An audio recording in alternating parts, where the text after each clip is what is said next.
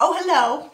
Thank you for joining me for Veg with Lisa Live. I'm Lisa. This is definitely live. In fact, can you see me and can you hear me? I had some technical problems last week and I would love to know that I am broadcasting today. And these are definitely some veg. So type in the comments, say hi, let me know that you're here. Who wants to get curious and a little bit mysterious with these amazing, amazing vegetables? Good. Somebody's in the house. Phew, phew, phew.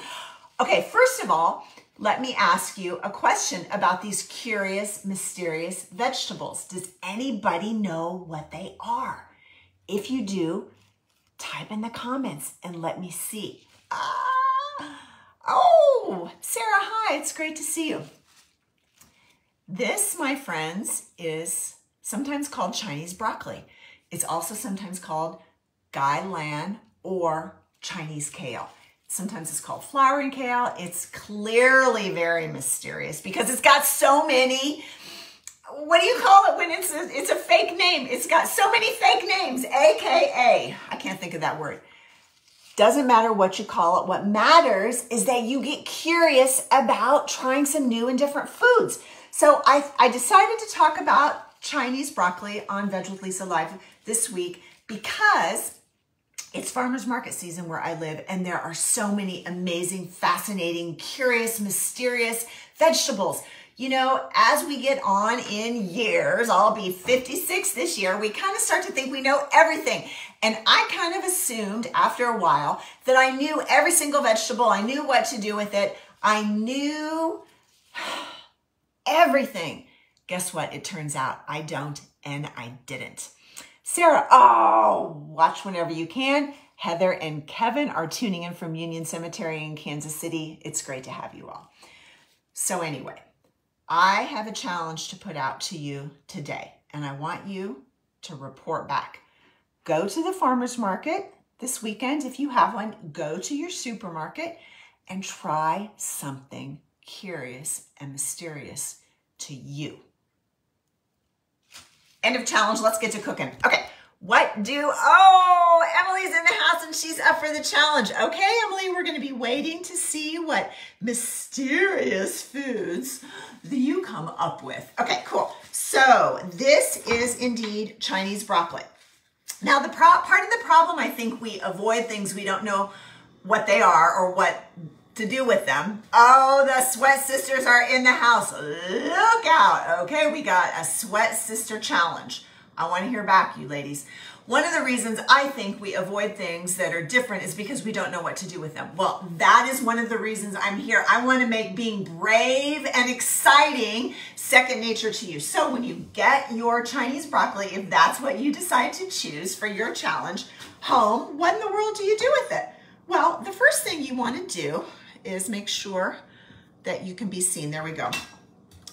Chop off these kind of tough stems, but you may have seen that was really, really easy.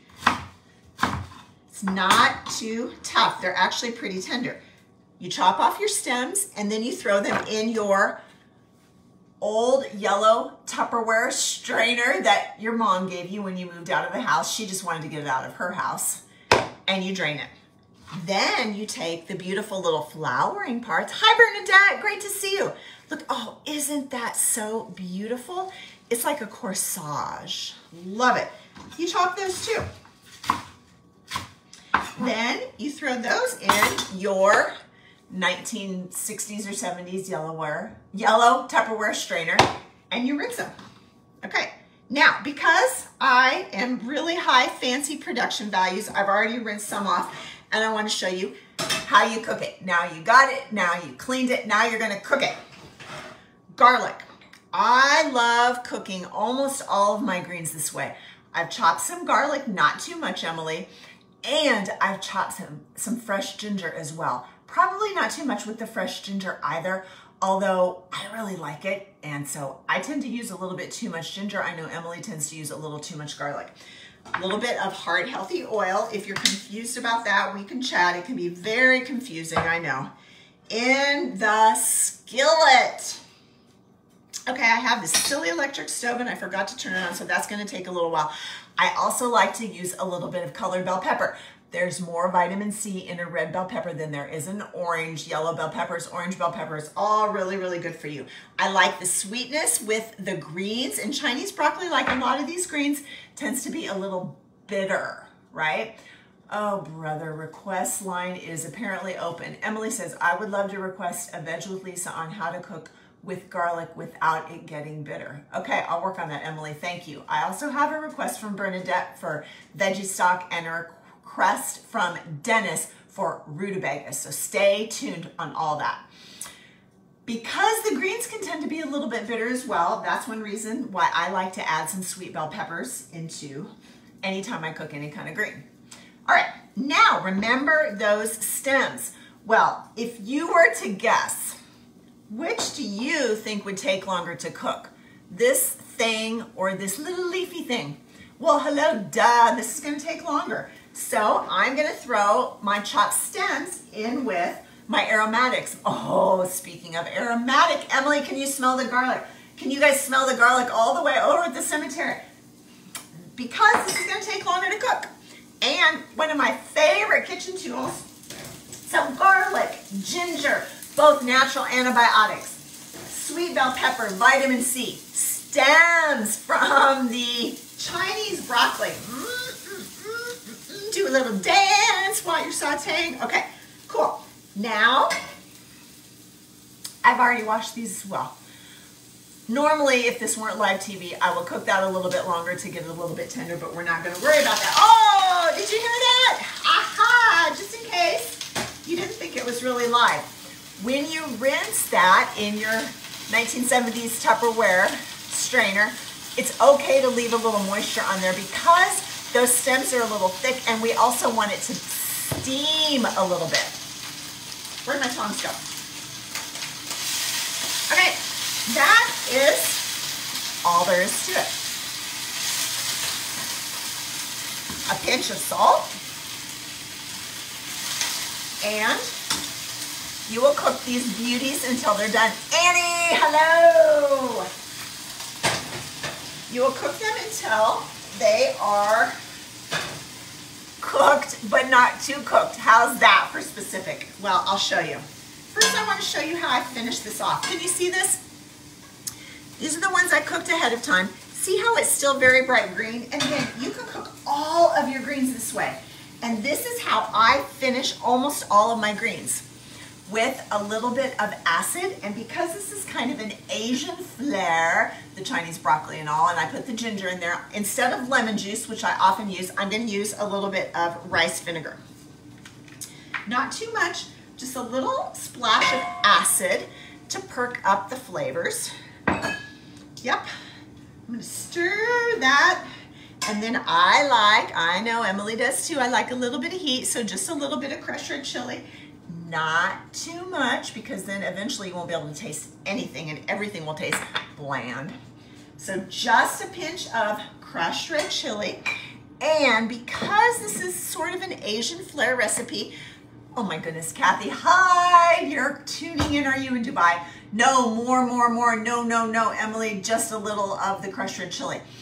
Because this is an Asian flavor, I'm gonna give it just a splash of soy sauce. Now, regular soy sauce does have wheat in it. You can buy tamari, which is naturally gluten-free if you prefer. And I know soy sauce has a lot of sodium, but let's say it all together. Where do we get our excess sodium? From processed and convenience foods. From your McDonald's hamburger, from your French fries, from that pack of crisps, as they would say in Dubai. Not from your home cooking. So don't worry too much, just don't overdo it. Now, what else? Oh, okay. So this is kind of cool. I also like the flavor of toasted sesame oil. Different from the sesame oil that you use for cooking. I would like to give this just a little drizzle. Don't go overboard with this because it will taste like nothing but sesame oil. It will taste like you drank this whole bottle of sesame oil, and that will not taste very good. So just a teeny little drizzle. This is definitely, oh, in fact, that was probably too much. A less is more for you extremists out there. I don't know anybody on this Zoom that's an extremist aside from the Sweat Sisters. And then another, oh, you know what? I'll wait to do that at the end. Okay, so this is gonna be my lunch. I have gotten very curious about my Chinese broccoli. I've chopped it, I've cleaned it, I've sauteed the stems. Oh, I didn't get a fork. With some garlic and some sweet bell pepper for color and for vitamin C. I finished it off with a splash of rice vinegar. You can use any kind of vinegar. You could use a squeeze of lemon juice. I've drizzled it with just a teeny bit of soy sauce and just a teeny bit of toasted sesame oil. Then I'm going to top it with some sesame seeds. Isn't this beautiful? But before I dive into this, I want to tell you why you want to eat and get curious about foods and vegetables, specifically green veg, because they're good for you. Number one, because they're absolutely delicious. Number two, because they are absolutely delicious for you. Vitamins, minerals, vitamin K, vitamin A, vitamin B, and vitamin C in here. Fiber and protein. Ask me where I got my protein. It's right here in this pile of plants on my plate. Plus, we need a variety of vegetables, a variety of all plants each and every week for a healthy gut.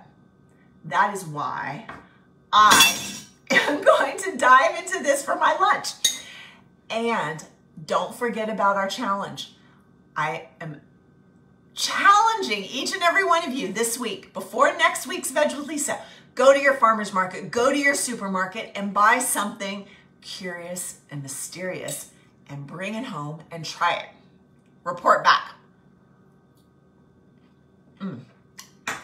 Too much sesame oil, but other than that, it is absolutely delicious. Thank you for joining me for Veg with Lisa Live, where we get curious about veg. See you next week. Report back.